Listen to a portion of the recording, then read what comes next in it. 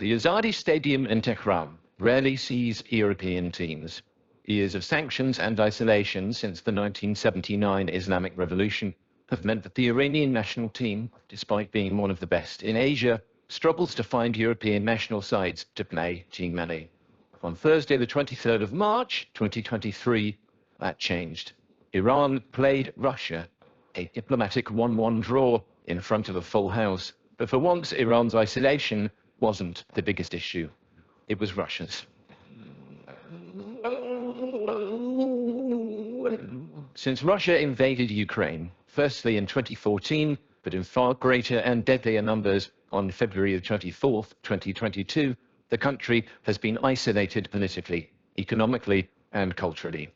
The Russian national team had been due to play Poland in the 2022 World Cup playoff, but the invasion of neighboring Ukraine made that game impossible. Poland said they would refuse to play, as did Russia's potential opponents in the final playoff round, Sweden and the Czech Republic, forcing football's governing bodies to act. Russia was suspended from UEFA and FIFA.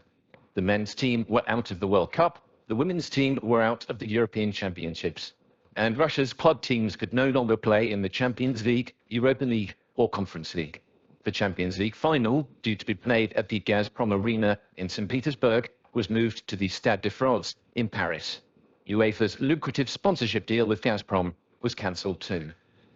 1 year on, nothing has changed. As a country under sanctions, Russian club teams have limited options in the transfer market. FIFA imposed rules that allow foreign footballers to leave unilaterally and suspend their contracts until the summer of 2023. Russian clubs remain banned from competing in lucrative European competitions. Last year, Russia was removed from the draw for the 2024 European Championship qualification. There was, however, one prize Russian football valued above all else.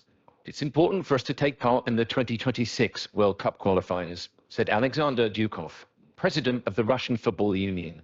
With Russia's invasion of Ukraine continuing and unlikely to end anytime soon, a novel solution was mooted at the end of 2022 by Dukov. Could Russia leave UEFA and try to qualify for the 2026 World Cup finals by joining the Asian Football Confederation instead? Politics is in first place in Europe. Football has faded into the background, he said. If we don't do this now and later decide on the transition, then the next tournament for the national teams will be a cycle from 2027. And the idea isn't as far-fetched as it sounds. For one, Russia is vast.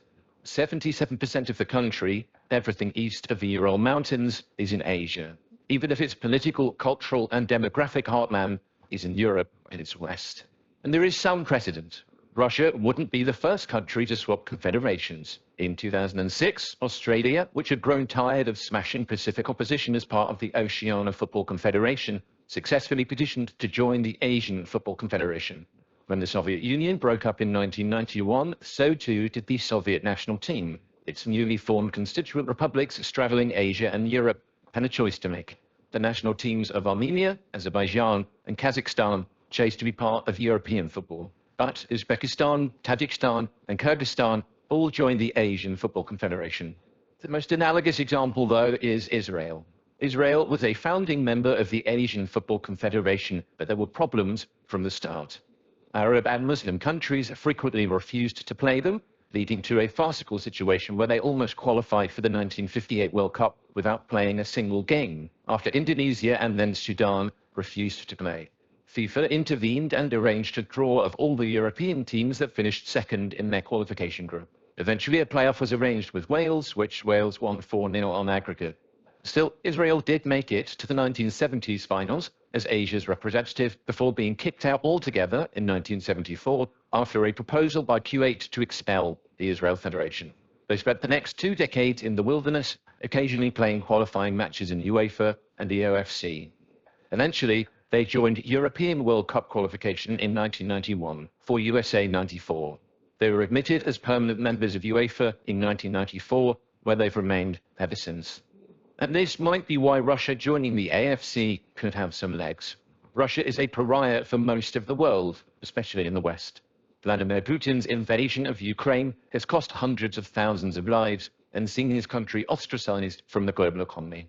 Putin has also now been indicted for war crimes by the International Criminal Court meaning countries party to the ICC are compelled to arrest him if he ever enters their territory.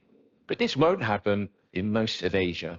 Apart from a handful of states, virtually every country in Asia is not a signatory to the Rome Statute of the International Criminal Court and does not recognize its jurisdiction. And since the start of Russia's most recent invasion of Ukraine, Asian countries have deepened their economic and political relations with Russia. China's leader Xi Jinping's recent visit to Moscow further illuminated Russia's pivot to the east.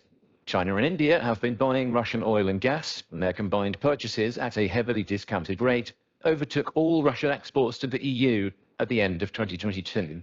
The UAE and Saudi Arabia have maintained close ties, and Iran, Russia's latest friendly opponent, has been selling Russia arms, including the Shahid kamikaze loitering drone, which has caused mayhem and thousands of civilian casualties in Ukraine. There is certainly a path for Russia to join the AFC if they voted for it. The powerful members have already backed the move. If FIFA and the AFC allow it, and there's a benefit for Asia, then I don't think there's a problem with that. The Saudi sports minister, Prince Abdulaziz bin Turki Al Faisal, told AFP at the Asian Football Confederation's annual Congress in February 2023. FIFA would ultimately have to agree for Russia to compete in the World Cup if they qualified. And the Russian Football Union has left the door open for negotiations with UEFA, calling for a working group to sort out their membership issues. But any move to normalize Russian sport, including an IOC proposal to allow some Russian and Belarusian athletes to compete at the 2024 Olympics in Paris, has been fiercely opposed by Ukraine and its allies. In the meantime, Russia does have a tournament to prepare for. In March 2023, Russia was invited to compete in the Central Asian Football Association Championship in June. The tournament will take place in Bishkek and Tashkent and feature Iran, Tajikistan, Uzbekistan, Kyrgyzstan, Turkmenistan, and Afghanistan. The organizers have said Russia has accepted their invitation, and Russia has said that they're considering it. Still, it's all a long way from the summer of 2018 and the high point of Russian football, when the country hosted the World Cup finals. Putin was there for the first game, Russia versus Saudi Arabia, watching the host nation beat the Saudis 5-0, next to an exuberant FIFA president Gianni Infantino and Saudi Crown Prince Mohammed bin Salman. 5 years later, Russia is a European pariah, and as long as that remains the case, their footballing future might lie in Asia.